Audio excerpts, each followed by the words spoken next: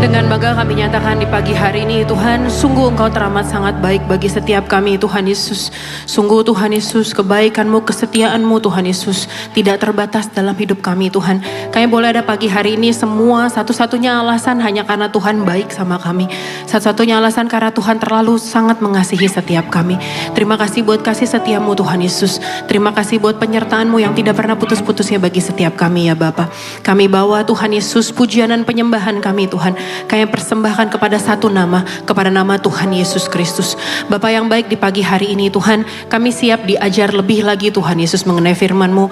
Urapilah hamba-Mu Tuhan, biar bukan dengan hikmat manusia hamba mengajar, tapi biar isi hatinya Tuhan, biar Roh Kudus sendiri yang menerjemahkan isi hatinya Tuhan kepada setiap jemaat-Mu di tempat ini. Urapi lidah bibir hamba-Mu Tuhan, biar sungguh hanya firman yang murni, biar apa yang hamba-Mu perkatakan, apa yang diterima dimengerti oleh jemaat-Mu, tepat sama seperti apa yang Tuhan maksudkan untuk disampaikan.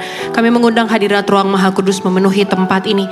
Kami mengundang Roh-Mu yang kudus menguasai hati, jiwa, dan pikiran kami. Bapa yang baik, ubah setiap kami Tuhan Yesus.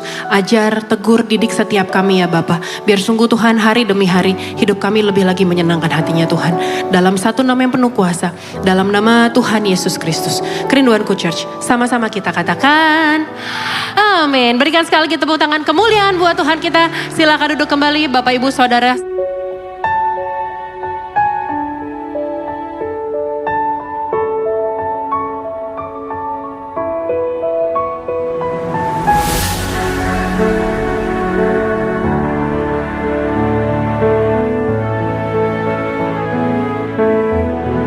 Saudara sekalian yang dikasihi oleh Tuhan Yesus, terima kasih kepada seluruh teman-teman yang telah mengambil bagian dalam pelayanan di pagi hari ini.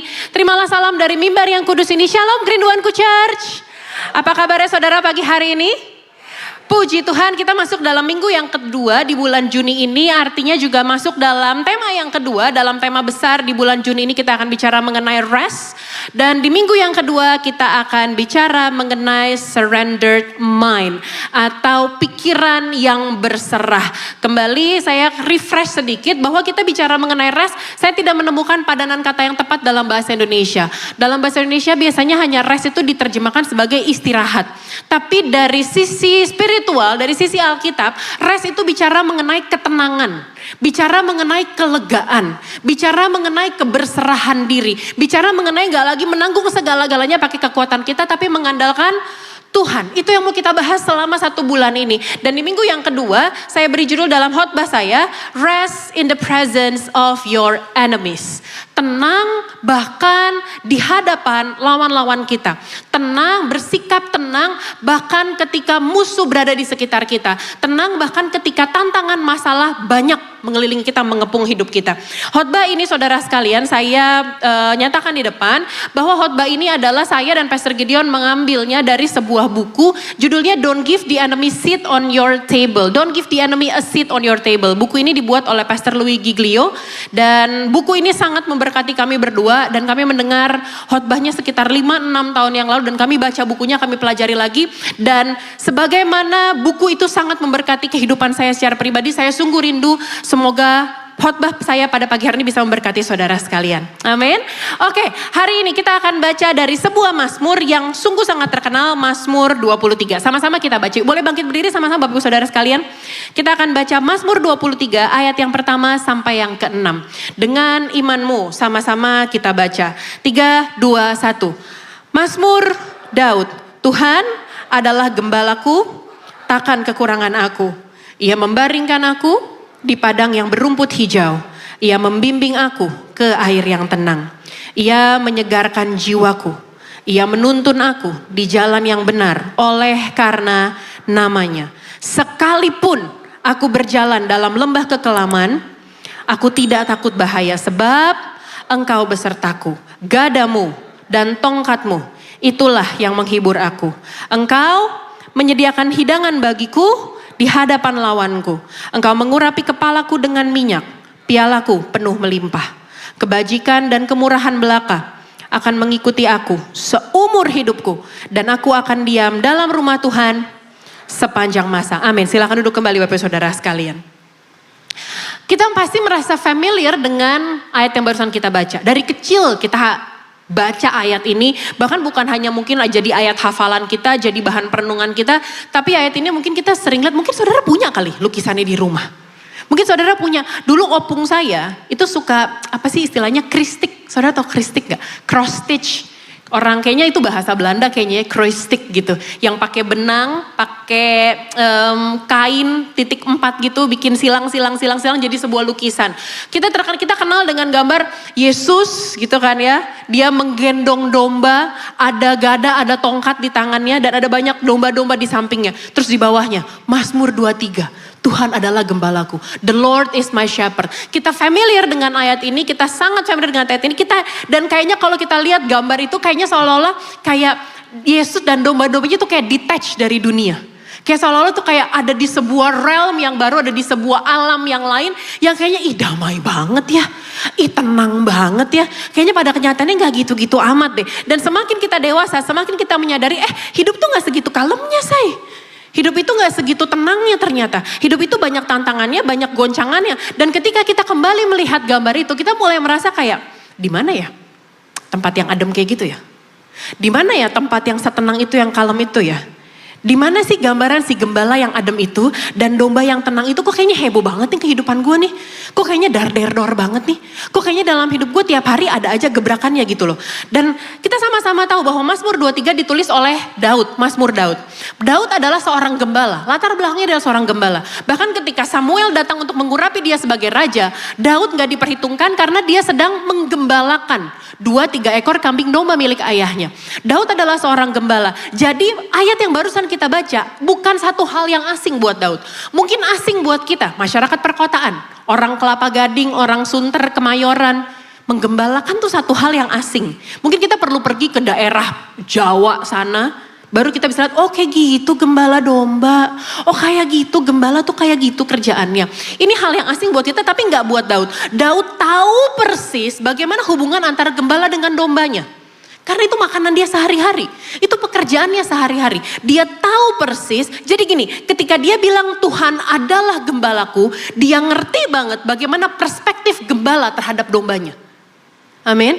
Ketika dia bilang Tuhan adalah gembalaku, dia tahu banget, dia tahu persis, dia nggak asal ngomong, dia benar-benar tahu ketika dia bilang Tuhan adalah gembalaku, dia tahu bagaimana perspektif gembala memandang domba-dombanya. Bagaimana gembala memperlakukan domba-dombanya.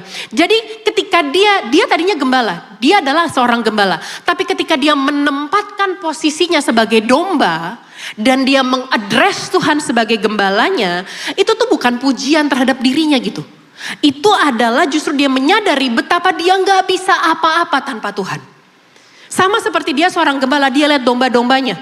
Domba-dombanya gak bisa ngapa-ngapain tanpa dia. Ketika dia justru menempatkan posisinya bukan sebagai gembala tapi sebagai domba. Dia justru sedang menyatakan kepada Tuhan, Tuhan aku gak bisa apa-apa tanpa Tuhan. Aku kayak binatang ini nih.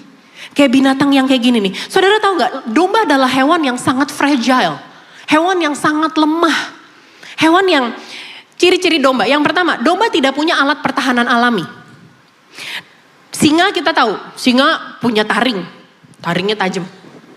2 di sini, giginya tajam-tajam. Dia punya cakar, dia bisa berlari, dia punya auman yang kenceng.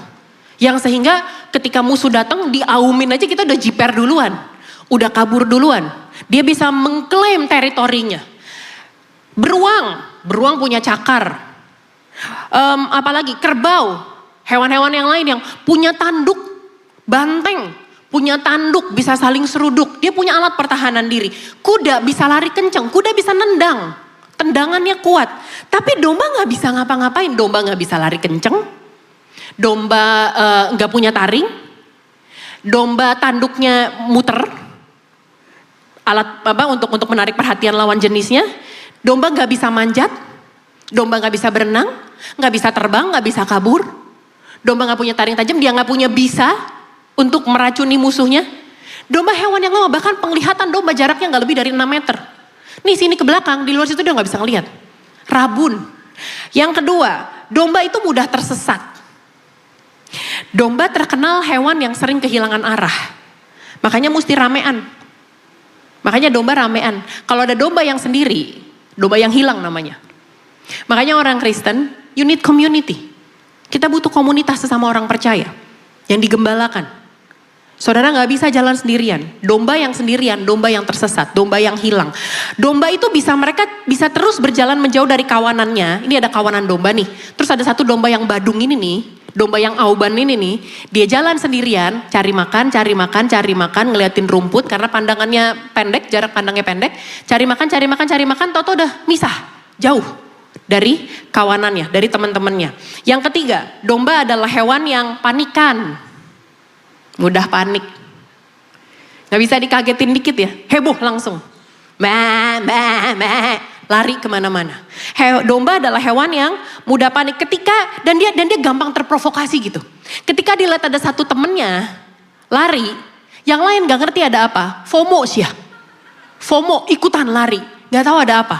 Panikan. Kita kan kayak domba kan. Kita dengar situasi kayak kemarin. Dolar 18.200. Panik. Gimana nih? Saham turun. BBCA, anjlok merah. Panik, bingung. Kita dilempar isu aja kemarin. Mau ada demo. Mahasiswa. Jalanan sepi tuh. Panik. Kita seperti domba yang mudah panik. Yang keempat, domba itu hewan yang gak bisa bangkit sendiri dalam kondisi tertentu. Ada istilah cast sheep.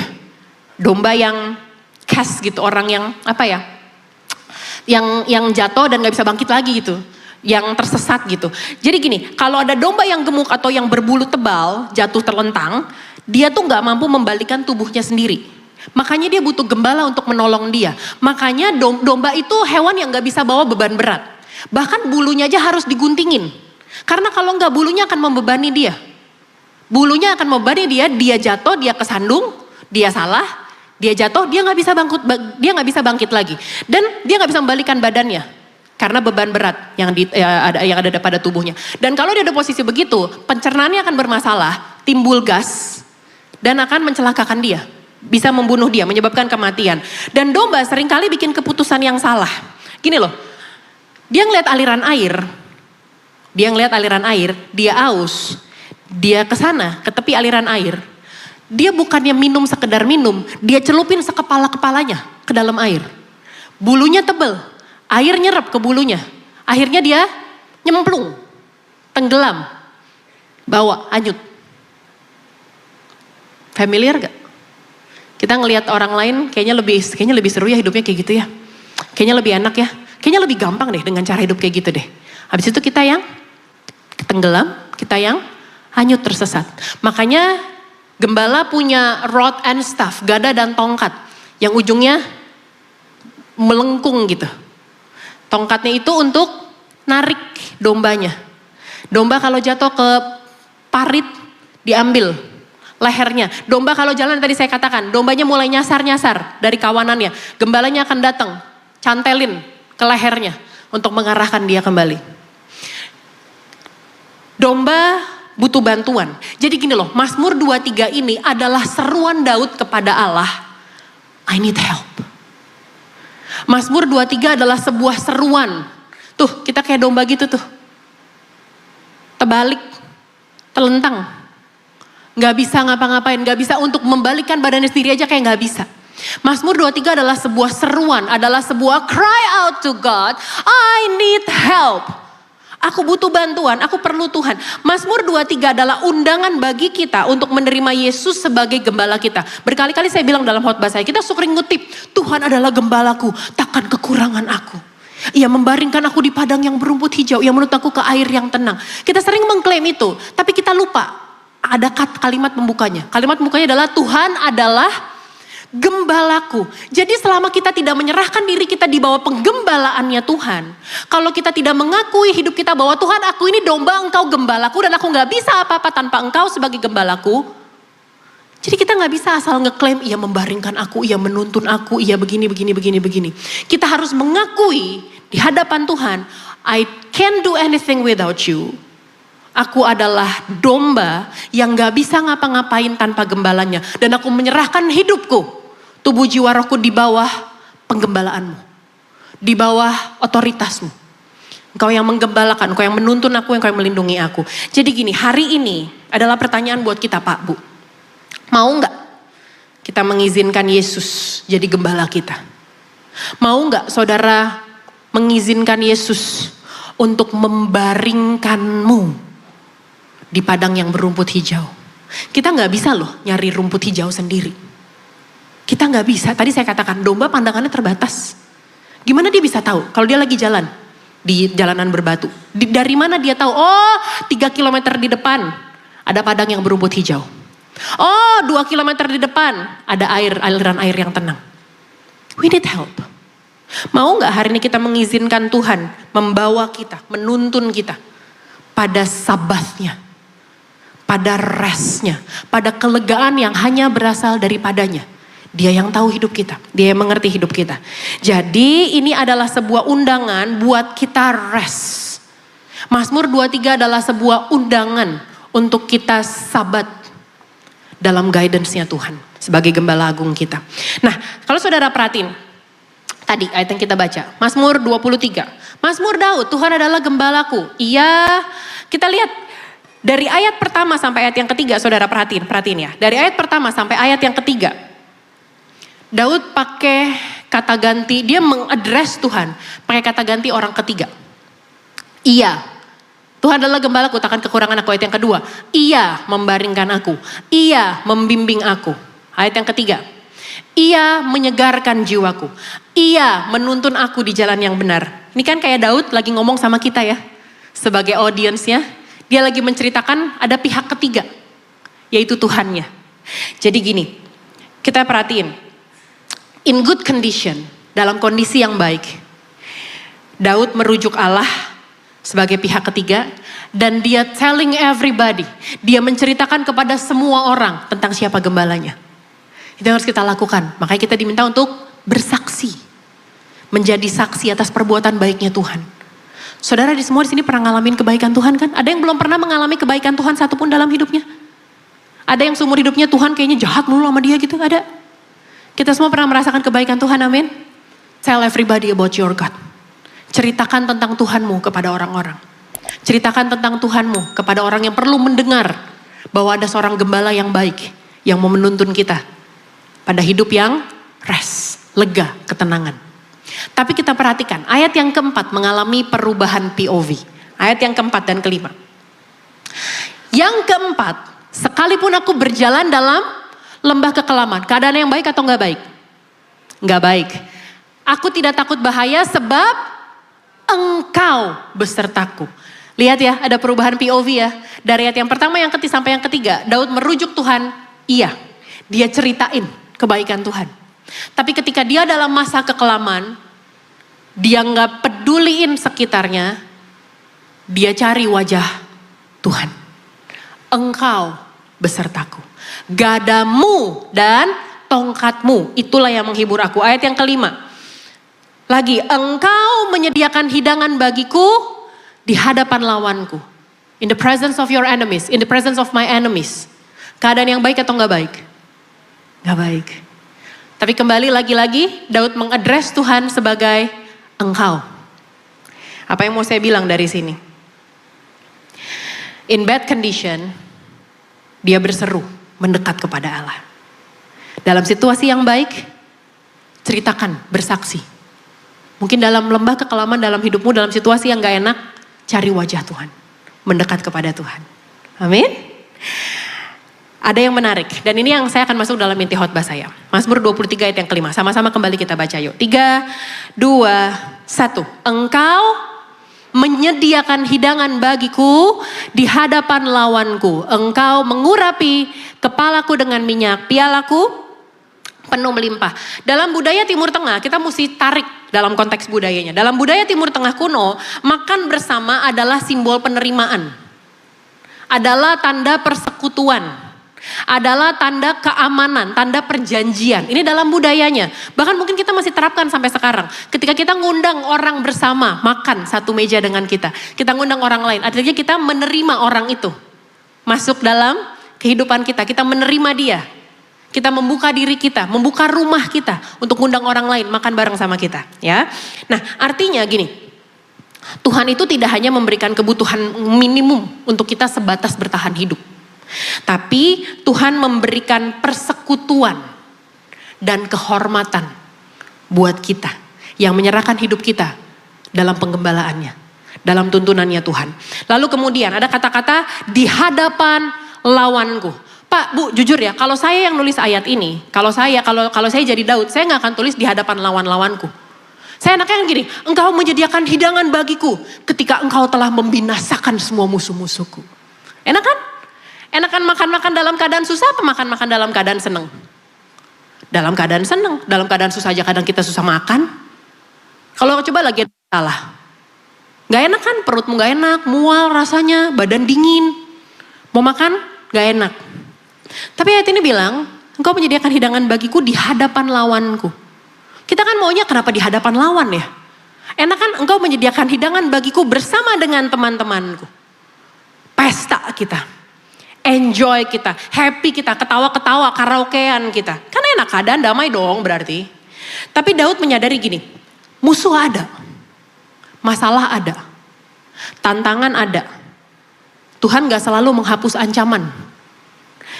Tapi justru di tengah itu semua. Dia menyediakan perlindungan. Dia menyediakan damai sejahtera. Bahkan sekalipun di tengah kepungan masalah. Jadi gini, menyerahkan hidup kita sebagai domba dalam pemeliharaan sang gembala. Bukan berarti domba itu gak ngadepin ancaman beruang, ancaman singa, ancaman serigala. Tapi justru menyadari sekalipun serigala di sebelah sana, singa di sebelah sana, kawanan serigala memantau kapan sesat ini orang nih, kapan keluar dari kawanan ini, kapan gembalanya lengah nih. Bahkan sekalipun keadaan seperti itu, dia menyediakan hidangan. Dia menyambut, dia menerima, dia memberikan kemuliaan, kehormatan buat kita. Dia berikan perlindungan buat setiap kita. Teman-teman ISI boleh siapin mejanya. Gini, kita tuh sering kali mikir, keadaan kita tuh baru tenang kalau masalah gak ada. Kita sering kali berpikir, hidup tuh rest, lega, damai, adem, kalem, kalau gak ada masalah. Kalau keadaan lagi baik-baik aja, kalau lagi tenang, masalah baru selesai, baru promosi, baru naik gaji, baru gajian, itu baru keadaan rest. Gak apa-apa, biarkan teman-teman mempersiapkan, saudara kita tetap fokus pada penyampaian firman Tuhan yuk. Tenang, nanti kita akan pakai ini kok. Saudara akan tahu ini akan buat apa nanti, oke? Jadi gini, ayat 5 ini mau bilang, aku tuh bisa tetap tenang sekalipun masalahku belum selesai. I don't mind even if masalahku belum selesai, but I rest in you. Sekalipun masalahku masih ada, tapi aku tetap percaya, aku tetap tenang. Makanya ada lagunya. Walaupun gunung itu tak berpindah, tetap percaya kau yang pegang kuasa. Sekalipun ku dalam lembah kelam, tak mengapa asal kau di sampingku. Siapa? Walaupun masalahku masih ada, tetap percaya rencanamu terindah, pribadimu takkan pernah berubah. Iman yang aku pegang bukan pada keadaan, tapi padamu Tuhan yang setia. Iya. Sekalipun masalahnya ada, sekalipun tantangannya belum hilang, tapi Daud tuh mau bilang gini, I don't mind. Engkau tetap menyediakan hidangan bagiku. Engkau tetap memelihara aku. Engkau tetap menyediakan segala yang terbaik bagi aku. Amin. Nah,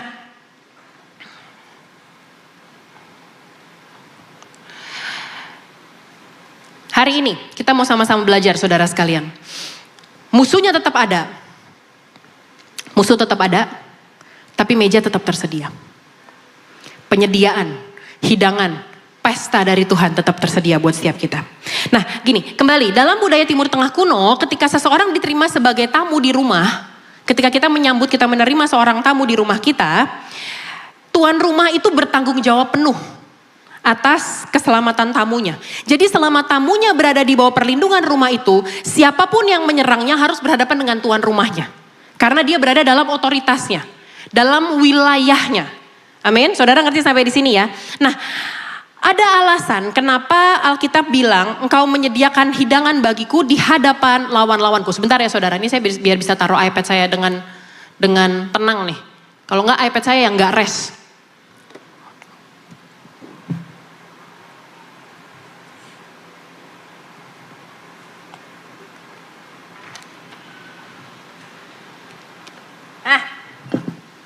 Oke. Sekarang gini, ada alasan kenapa Daud bilang bahwa engkau menyediakan hidangan bagiku di hadapan musuh-musuhku, di hadapan lawan-lawanku. Anggaplah semua saudara ini musuh-musuhnya saya. Anggap, kita temenan ya. Anggaplah semua musuh. Saya nggak suka sama saudara, saudara nggak suka sama saya.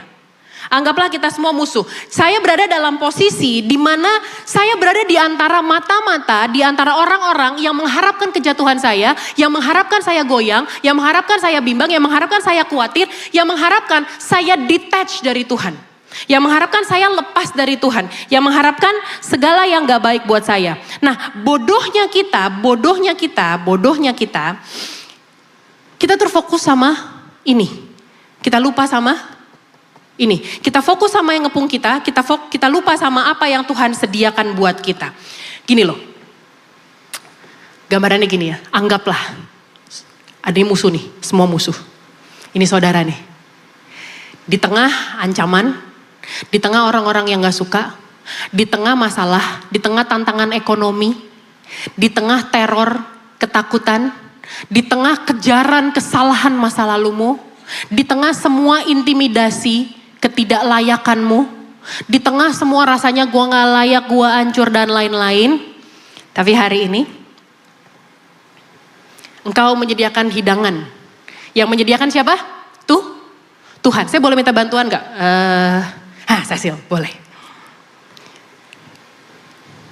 Boleh sis. Sini. Duduk.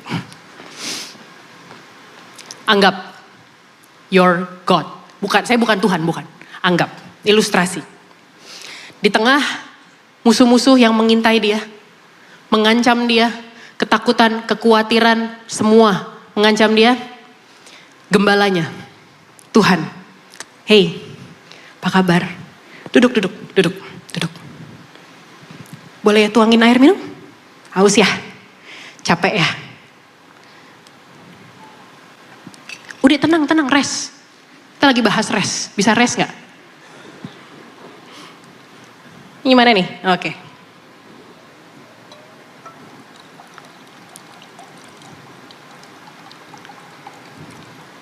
Capek ya? Selama ini berjuang sendirian. Minum dulu deh. Minum ya. Minum, gak apa-apa minum. Minum.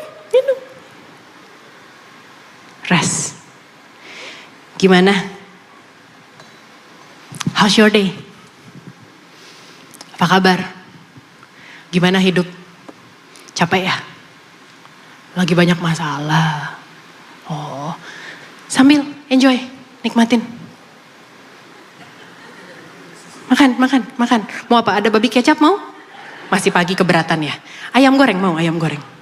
Makan, enjoy. Ada kopi atau mau sereal? Tuangin. Dia menyediakan hidangan. Dia menyediakan segala yang terbaik. Tuhan tahu gak kamu capek? Tuhan tahu gak kamu nangis? Tuhan tahu gak kamu rasanya kayak Tuhan aku udah gak sanggup lagi jalan hidup ini deh Tuhan. Aku capek Tuhan sebagai perantau kerja pagi ketemu pagi, keluarga jauh. Papa mama gak tahu betapa beratnya hidup di Jakarta. Aku capek Tuhan dalam pernikahan kayak begini. Aku capek Tuhan Yesus suamiku aku gak tahu dia pergi kemana hari ini. Gak pernah kasih kabar, pulang-pulang ada bau parfum perempuan lain. I'm tired of this marriage. Aku capek jadi seorang ibu Tuhan Yesus. Aku capek punya anak kecil. Aku gak bisa tidur semalaman. Restless, anak nangis terus, pagi-pagi udah nganterin dia sekolah, masak dan lain-lain. I'm tired of this life. Dia tahu gak kamu capek? Dan dia bilang, sit on my table. Duduk, aku menyediakan hidangan bagi kamu. Bahkan sekalipun masalah Banyak datang dalam hidupmu. Nah, bodohnya kita. You're invited to the table of the Lord, of the King, but you don't have time to sit down. Itu bodohnya kita sebagai manusia. Kita diundang oleh Sang Gembala Agung kita untuk duduk dalam meja perjamuannya. Dia menyediakan hidangan bagi kita. Bodohnya kita gak punya waktu untuk duduk. Kita gak punya waktu untuk rest. Kita gak punya waktu untuk tenang. Bahkan di tengah hidangan, di tengah penyediaan Tuhan, di tengah berkatnya Tuhan, kita duduk sambil ngeliatin. Iya sih Tuhan, ini ayam goreng kayaknya enak sih Tuhan. Tapi dia tuh, teman kantor aku tuh, teman kantor aku tuh, tapi tuh dia fitnah aku melulu Tuhan. Dia tuh jelek-jelekin aku melulu Tuhan. Mata kita gak tertuju kepada yang menyediakan hidangan bagi kita. Mata kita tertuju tetap kepada musuh yang mengepung sekeliling kita. Padahal ada gembalanya di sini. Sebagai domba kita tetap ngeliatin serigala di luar sana. Padahal ada gembalanya di sini. Come with me. Come to me. Stay with me. Bodohnya kita udah duduk meja makan bareng. Banyak orang Kristen kayak begini. Dalam hadirat Tuhan, dengar khotbah di gereja, pujian penyembahan. Kerjaannya cuman, bagus juga nih pagi-pagi. Banyak makanan. I'm Asian and I take pictures of my food. Orang Asia kan, foto, angle-nya kurang. Selfie dia Tuhan, selfie. Habis itu, upload, baru gereja, church day, happy Sunday. Tapi gak ngerti apa yang Tuhan sampaikan hari ini kepadanya. Quote rohani, upload khotbah. Repost orang isinya khotbah. Tapi sebenarnya gak ngerti apa yang gembalanya sedang ngomong sama dia. Apa yang Tuhan sedang ngomong sama dia. Apa yang Tuhan yang sediakan baginya. Foto, upload, selesai. Tuhan bentar ya Tuhan. Ini thank you makanannya best banget. Pagi-pagi udah ada roti, udah ada babi kecap. Mantap, best. Tapi bentar ya Tuhan, itu cicilan harus dibayar. Aku mesti kerja dulu, maaf ya. Bentar, I'll be back. Tenang, I'll be back, oke? You're good, thank you. Keren banget. Makanan the best. Sibuk pergi. Sibuk. Tetap restless. Gembalanya Tuhan mengundang dia untuk rest. Tapi kitanya tetap hidupnya restless. Kita tetap memilih untuk hidup restless. Kita tetap memilih untuk ngurusin yang gak perlu diurusin. Kita tetap memilih untuk fokus pada hal-hal yang kata Tuhan gak usah pikirin yang itu. It's my part. The battle is not yours. The battle is mine. All you have to do is stay with me. Sit with me. Tuhan mau kayak peperangan itu bukan punyamu. Punyaku. Makanya Keluaran 14 bilang apa? Tuhan akan berperang untuk kamu dan kamu akan diam saja. Diam saja tuh bukan berarti kita kayak zombie gitu loh. Diam saja tuh artinya apa? Stay in His presence. Tenang di dalam hadiratnya. Dalam lindungannya. Dalam naungannya. Tuhan yang do it for you. Tuhan yang menyelesaikannya bagi kamu.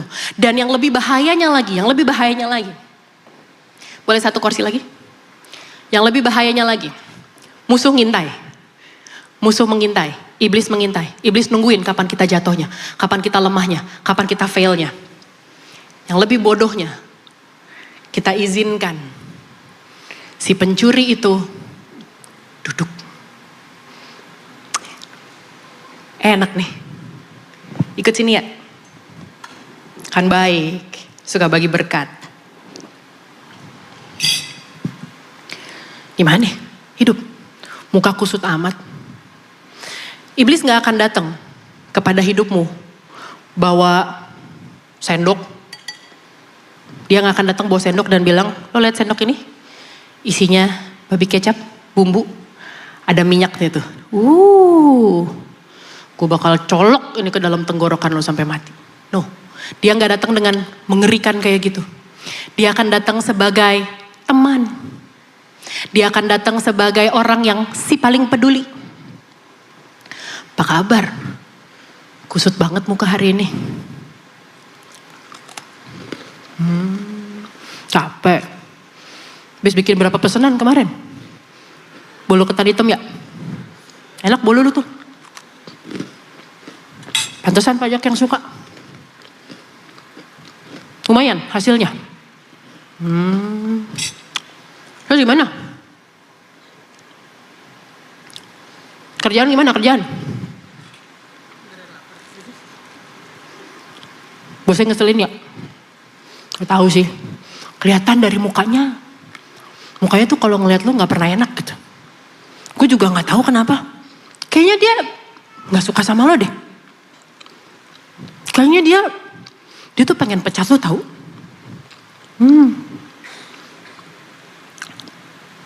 Rumah tangga gimana rumah tangga? Maaf Winner, ini contoh. Rumah tangga gimana rumah tangga? Ngeselin ya? Iya. Apalagi punya mertua kayak begitu. Tahu gue. Sering dengar mertua lu kalau ngomong nyanyi. Pusing. Terus gereja gimana gereja? Capek ya? Banyak kegiatan ya? Padahal kan katanya temanya rest ya. Heran lu juga gereja mulu. Apain sih? Iblis akan datang dalam hidupmu. Be a friend. Seolah-olah kayak temen. Seolah-olah paling ngerti hidupmu. Sambil apa? Kenapa tadi saya sambil makan? Bukan saya lapar. Saya pagi-pagi gak biasa makan saudara. Saya melanggar intermittent fasting saya hari ini. Buat saudara. Kenapa? Apa yang dia lakukan? Dia datang di mejamu. Bohongin kamu. Bikin kamu lemah. Bikin kamu khawatir. Bikin kamu ketakutan. Sambil mencuri berkatmu. Sambil mencuri apa yang Tuhan siapkan bagimu. Makanya dalam Yohanes 10 ayat 10. Yohanes 10 ayat 10. Pencuri datang hanya untuk mencuri, membunuh dan membinasakan. Itu kerjaannya. Dia akan datang ke mejamu. Saudara jangan pikir iblis gak bisa datang ke mejamu. Ingat waktu Ayub, Tuhan lagi rapatlah ceritanya. Terus kemudian datang kan iblis kan? Jangankan ke mejamu, ke mejanya Yesus saja dia datang. Ingat ketika Yesus berpuasa 40 hari di padang gurun. Iblis datang sama Yesus kan? Iblis ngomong sama Yesus kan? Dia berusaha untuk sit on Jesus table. Iblis berusaha untuk duduk pada mejanya Yesus. Dia kasih firman loh. Iblis tuh ngerti firman loh. Dia kasih firman kepada Yesus. Kalau kamu anak Allah. Bla bla bla bla bla. Kamu lihat kota itu, aku akan berikan kepadamu, tapi kamu harus sujud menyembah kepadaku. Kalau benar kamu anak Allah, jatuhkan dirimu dari atas tebing ini. Kan malaikat akan menatang engkau. Itu kan dari Mazmur 91. Tuhan akan mengirimkan malaikatnya menatang engkau di atas tangannya. Dia akan pakai firman, seolah-olah kebenaran, untuk mencobaimu. Iblis berusaha untuk duduk pada mejanya Yesus. Kenapa iblis gak bisa duduk pada mejamu? Sekarang pertanyaannya, kita izinkan gak dia duduk di atas meja kita atau enggak? Ingat siapa dia?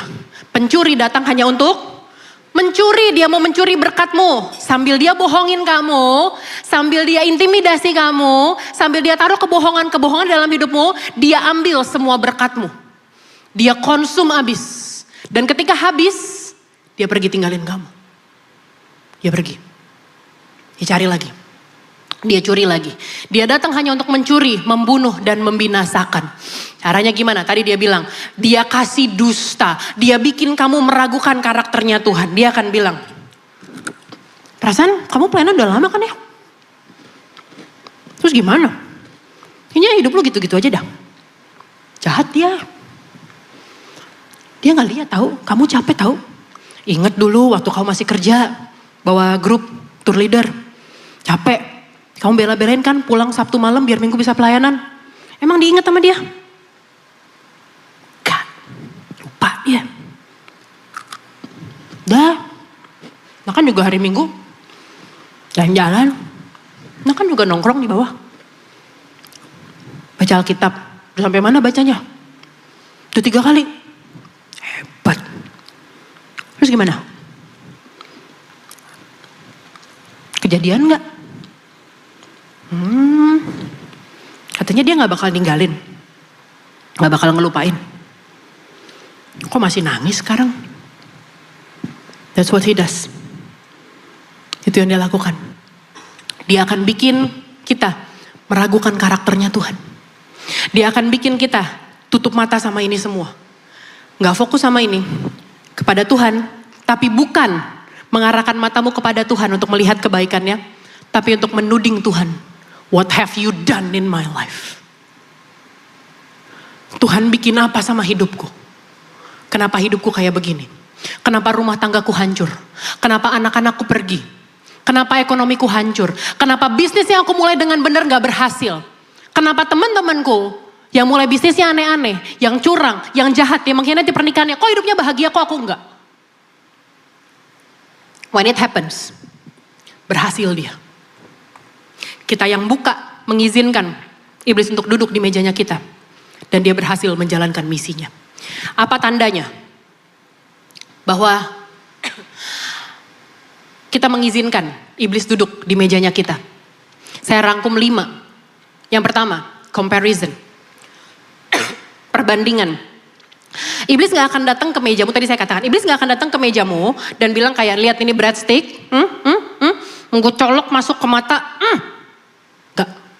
Dia gak akan datang dengan kayak begitu. Dia gak akan datang dengan sosok-sosok yang nyermin, yang mau bunuh kamu gitu. Dia akan bilang gini, boleh juga nih pagi-pagi ya, roti banyak, sereal, sehat loh, ada buah, sehat. Lihat meja yang itu deh, kok ada ayam bakar? Oh, di situ Korean barbecue, lebih mahal. Dagingnya A5, Wagyu A5. Lu pagi-pagi babi kecap, sereal beli di supermarket bawah ini mah. Oh, lihat meja yang itu tuh. Tuh, lihat meja yang itu tuh. Sushi, sashimi, Norwegian salmon. Lu masa pagi-pagi begini, kayak kopi dari bawah kan nih? Ya elah. Itu yang akan dia lakukan. Dia akan bikin kita ngelihat mejanya orang lain. Membandingkan apa yang ada pada mejamu dengan apa yang ada mejanya orang lain. Dia akan bandingin, bikin kamu ngerasa gini. Ini rumah tangga, kok dia bahagia ya? Kok aku kayak gini ya? Rumah tangga temanku lebih oke ya? Kayaknya gak pernah dengar mereka ribut deh. Di Instagram mereka kelihatan happy terus deh. Ngupload liburan keluarga terus, bareng-bareng terus. Capek loh hidup puluhan tahun sama perempuan kayak begini. Capek loh harus satu untuk selama-lamanya sama istri kayak begini. Aduh capek. Temenku kayaknya enak deh. Istrinya cantik, jaga badan, ngomongnya soft spoken. Terus iblis akan bilang, ya udah coba aja mau jalan sama perempuan lain. Coba aja sama laki-laki lain. Lebih kaya. Capek kan kayak begini. Lebih peduli. Suami lo lebih pikirin kerjaan kan kau. That's what he do. That's what he does. Dia akan bikin kita gak ngucap syukur sama apa yang kita punya. Dia akan bikin anak-anak muda perempuan-perempuan lagi scroll Instagram. Lihat ada influencer. Badannya bagus, cantik mukanya. Dia akan bilang kayak, hebat ya. Udah anak 3, iblis akan taruh gini, hebat ya. Anaknya udah 3 loh. Badannya masih bagus, perutnya six pack. Masih bisa pakai crop top. Lah kita, pakai kaos gombrong aja ngepas. Padahal belum nikah. Dia akan bikin kita banding-bandingin diri kita sama orang lain. Yang kedua, apa tandanya? Ketika kita membiarkan iblis duduk di meja kita. Yang kedua, failure. Iblis akan bilang gini, lo gak akan berhasil. Gak ada harapan. Gak bakalan berhasil. Bahkan hidup lo sendiri, you're a failure yourself. Kamu aja adalah kegagalan. Coba lihat, emang papa mama kamu bangga sama kamu? Enggak, dia lebih bangga sama kakakmu tuh. Dia lebih bangga sama adek kamu masuk UI. Kamu ya ampun. Udah tes berkali-kali gak dapet juga. Akhirnya apa? Kerja dulu kan jadinya kan. Gak ada duit soalnya buat kuliah. Coba lihat yang papa mama selalu banggain di depan keluarga siapa? Anak siapudanku ini masuk UI loh dia loh. Kakaknya kayak kakak nomor 1-nya. ITB dia. Kita dilupain. You're a failure. kamu gagal, kamu gak berhasil, kamu gak ada harapan. Hari ini saya mau bilang sama saudara. Menurutmu, apakah perkataan itu adalah perkataan dari Gembala Agungmu? Apakah perkataan itu adalah perkataan dari Sang Gembala yang menyerahkan hidupnya bagimu? Apakah perkataan itu adalah perkataan dari Sang Gembala yang membawa kamu ke air yang tenang, ke tepi aliran air yang membaringkan kau di padang yang berumput hijau? No. Bahkan laut aja dia belah kok. Untuk menolong. Untuk memberikan pengharapan. You're not a failure. Kamu gak gagal. Masih ada jalan. Your failure doesn't define you. Oke, mungkin saudara pernah gagal di masa lalu. Oke, mungkin masa lalumu hancur. Oke, mungkin waktu muda, aduh saya dulu narkoba, pastor. Aduh saya dulu pernah masuk penjara, pastor, saya ketangkep narkoba. Aduh saya dulu ina inu segala macam. Oke, tutup buku, mulai lembaran yang baru bersama dengan Tuhan. You're not a failure. Amin. Ada harapan di dalam Tuhan.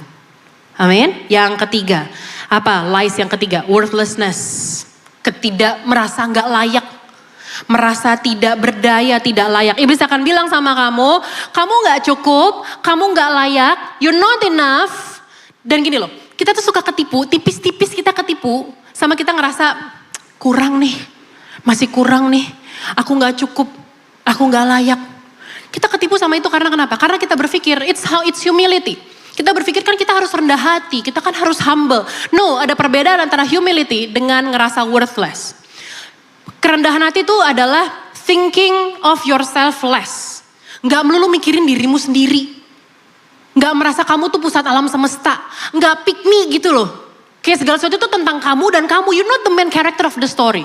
Kamu bukan pemeran utamanya. Humility adalah thinking of yourself less. Gak selalu mikir tentang dirimu sendiri. Tapi merasa rendah diri, worthless. Kamu tuh ngurang-ngurangin apa yang Tuhan taruh dalam hidupmu. Kamu dikasih berkat, kamu dikasih keluarga, kamu dikasih talenta. Kamu berpikir it's not enough. Dan itu yang iblis berusaha untuk taruh dalam hidupmu. Bikin kita lupa sama talenta yang Tuhan kasih sama kita. Bikin kita lupa sama kemampuan yang Tuhan kasih sama kita. Bikin kita lupa sama segala yang baik yang Tuhan telah berikan kepada kita. Pandang salib Yesus. Gimana cara ngobatinnya? Pandang salib Yesus. Udah satu, itu aja. Pandang salib Yesus. That is how much you worth. Seberharga itulah kita. Lihat salibnya. Bukan kata orang. Bukan dari jumlah likes, bukan dari jumlah komentar, bukan dari jumlah followers, tapi dari salib Yesus. Itu harga kita. Amin. Yang keempat, loneliness. Ngerasa semua orang menentang kita. Everybody is against me. Me versus the world. Aku sendirian menghadapi ini. Gak ada yang peduli sama aku. Semua orang benci sama aku. Iblis akan bilang kayak gini nih. Tadi pagi sapa bos kan? Udah senyum kan? Baju udah bagus banget lagi ungu-ungu. Kok dia gak nengok? Kok dia gak sapa balik? Kayaknya performance lo yang kemarin kurang deh. Curiga mau dipecat deh kayaknya. Terus iblis akan bikin, itu kok teman-teman lo pada bisik-bisik sebelah sana? Bisik-bisik tuh. Lagi ngomongin lo kayaknya. Gue udah merasa sih sebenarnya. Kayaknya yang itu tuh, yang pakai baju putih. Nah, dia tuh paling gak suka sama lo. Dia ngiri soalnya. Dia lagi bilang sama yang lain-lain. Untuk musuhin lo. Itu yang dia lakukan. Bikin kita ngerasa sendirian. Gak ada yang sayang. You versus the world. Sekarang saya tanya. Apakah mungkin gembalamu yang katanya membawamu ke air yang tenang. Bilang kayak gitu sama kita? Apakah mungkin? Gembala yang baik itu. Gini loh. Iya, mungkin ada orang yang gak suka sama kita. Lah wong Yesus aja banyak yang gak suka kok. Yang kita siapa mau berpikir kita mengharapkan semua orang suka sama kita.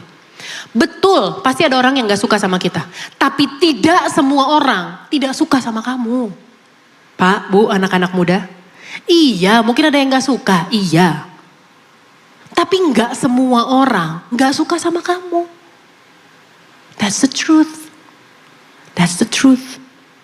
Mungkin saat ini dikepung sama masalah. Mungkin saat ini mata musuh ngincer nungguin kapan kejatuhanmu, kapan kehancuranmu. Mungkin saat ini tekanan finansial, tekanan kesehatan. Sedang mengancam, sepertinya matanya mengancam, memandang kepadamu, ngincer kapan jatuhnya nih orang, kapan matinya nih orang. Tapi bukan hanya kita dikepung sama masalah, tapi dia justru menyediakan hidangan di tengah masalah. Tadi saya katakan, anggaplah ini semua musuh. Tapi dia menyediakan hidangan di hadapan lawan-lawanku. Di hadapan musuh-musuhku. Yang kelima, yang terakhir, kebohongan yang terakhir. No way out. Gak ada jalan keluar. Gak bisa putar balik. Udah, lo udah ngambil keputusan yang salah. Lo salah sih nikah sama dia. Udah gak bisa cerai kan sekarang kan? Udah rasain selamat menikmati dalam kehidupan pernikahan yang kayak begitu. Neraka di bumi, enjoy. Gak bisa putar balik. Udah, there's no way out. Gak ada jalan keluar. Kamu udah pakai kartu asmu.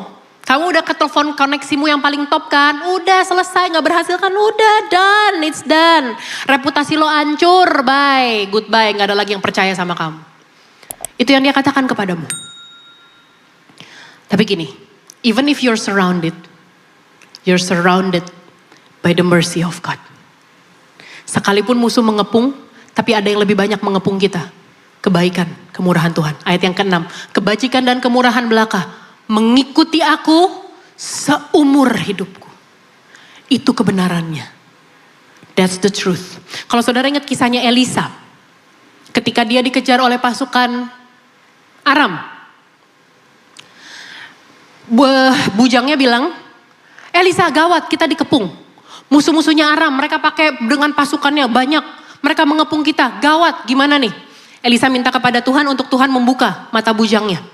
Buka mata dia supaya dia melihat. Dan ketika mata bujangnya dibuka, bujangnya melihat bahwa masukan malaikat sorga jauh lebih banyak daripada musuh-musuh yang menyerang. And that's the truth yang terjadi pada hidupmu hari ini. Saya gak tahu saudara lagi ngalamin masalah apa. Saya gak tahu saudara lagi ngadepin tekanan apa dalam hidup. Tapi ini kebenarannya. Bahwa kebajikan dan kemurahan Tuhan lebih banyak mengejar hidupmu. Lebih banyak surround you. Mengepung hidupmu. Engkau dikejar-kejar oleh kemurahan Tuhan. Engkau dibanjiri oleh kebaikan Tuhan. Amin. Terima kasih Cecilia. Berikan tepuk tangan buat my best friend Claudia Cecilia.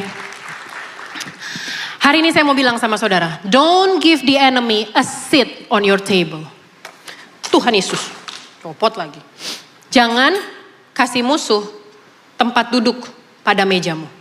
Jangan biarkan musuh duduk di mejamu. Don't give the enemy a seat on your table. Jangan, this is the table for two. Ini meja untuk dua orang, untuk dua pribadi antara kita dengan Tuhan. Jangan kasih iblis duduk di sini. Kunci tempat ini. Jaga tempat ini. Gini loh, jangan-jangan selama ini, all this time, kita itu ngasih telinga kita kepada musuh.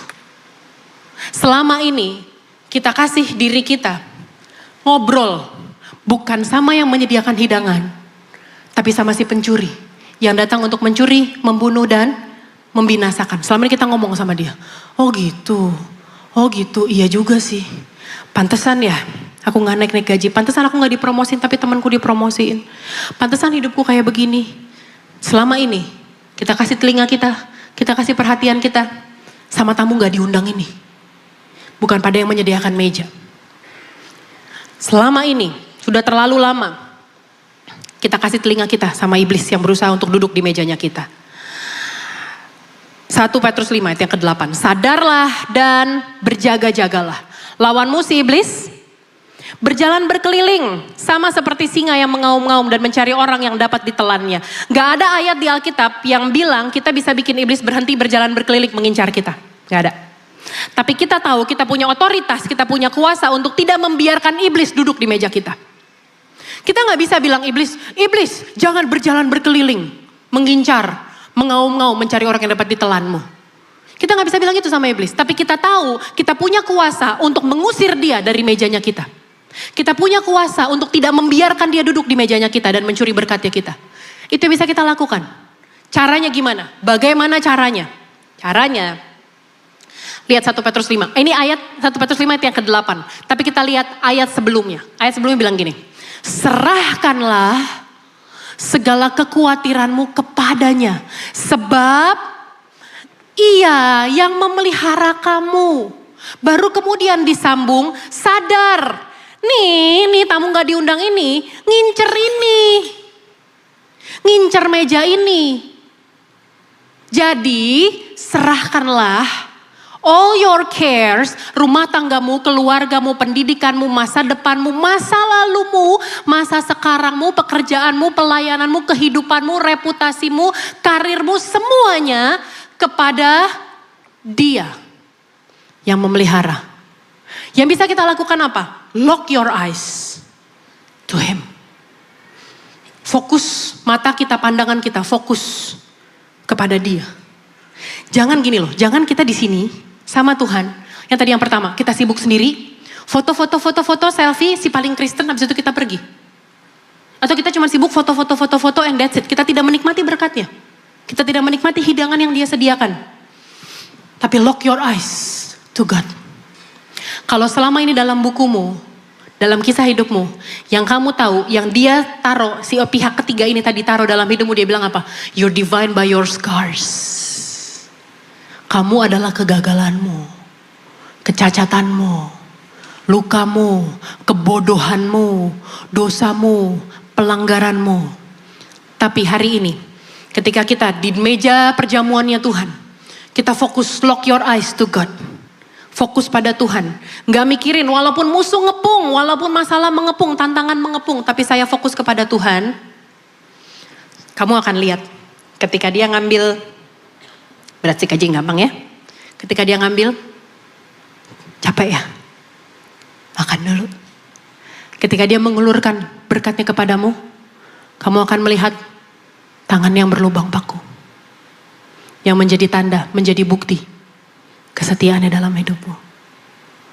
Jadi bukan lagi lukamu yang kamu lihat. Tonton musik, boleh maju ke depan.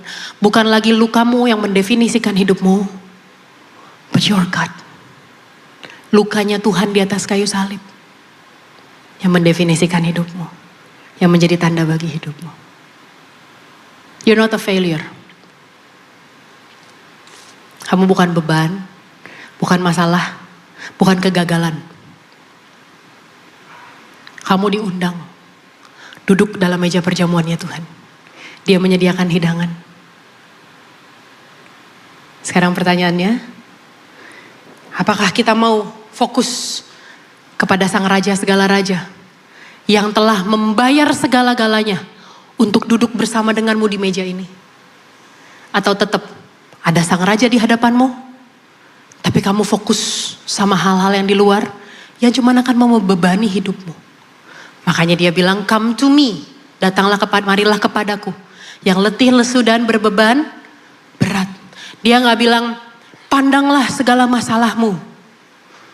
Dia gak bilang, ingatlah segala intimidasi dosamu di masa lalu. Dia bilang, come to me. Sit with me.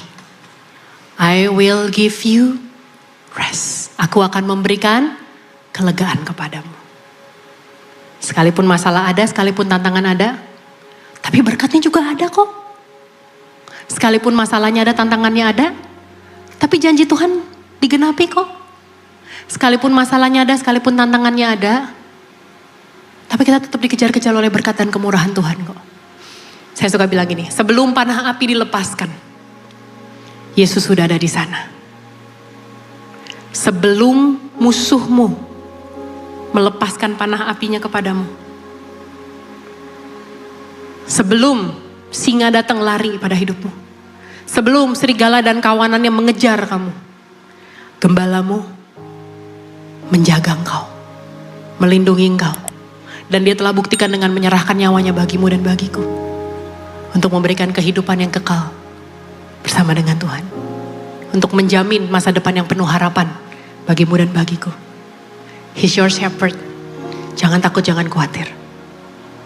Datang. Come to His table. Fokus sama Tuhan. Nikmatin segala berkat dan kemurahannya. Amin. Kita tutup Alkitab kita bangkit berdiri, kita mau naikkan satu pujian sebentar yuk.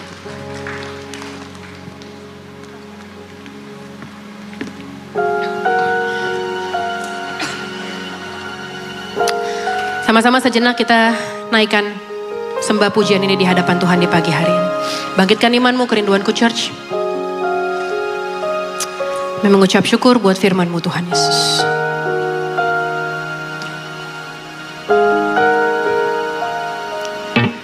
Walaupun gunung itu tak berpindah. Bangkitkan imanmu, kerinduanmu, church. Amin. Sekalipun mungkin saudara sedang berjalan dalam lembah kekelaman hari ini, sekalipun mungkin kau gak ngerti kenapa Tuhan izinkan badai terjadi dalam hidupmu,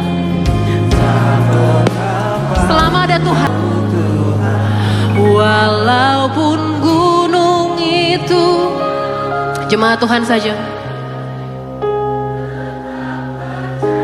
tetap percaya ada Tuhan. Jangan takut, jangan biarkan iblis duduk di meja perjamuan. Jangan biarkan dia taruh benih kekhawatiran. Jangan biarkan dia taruh benih ketakutan. Jangan biarkan dia menaruh benih kecurigaan kepada Tuhan dalam hidupmu.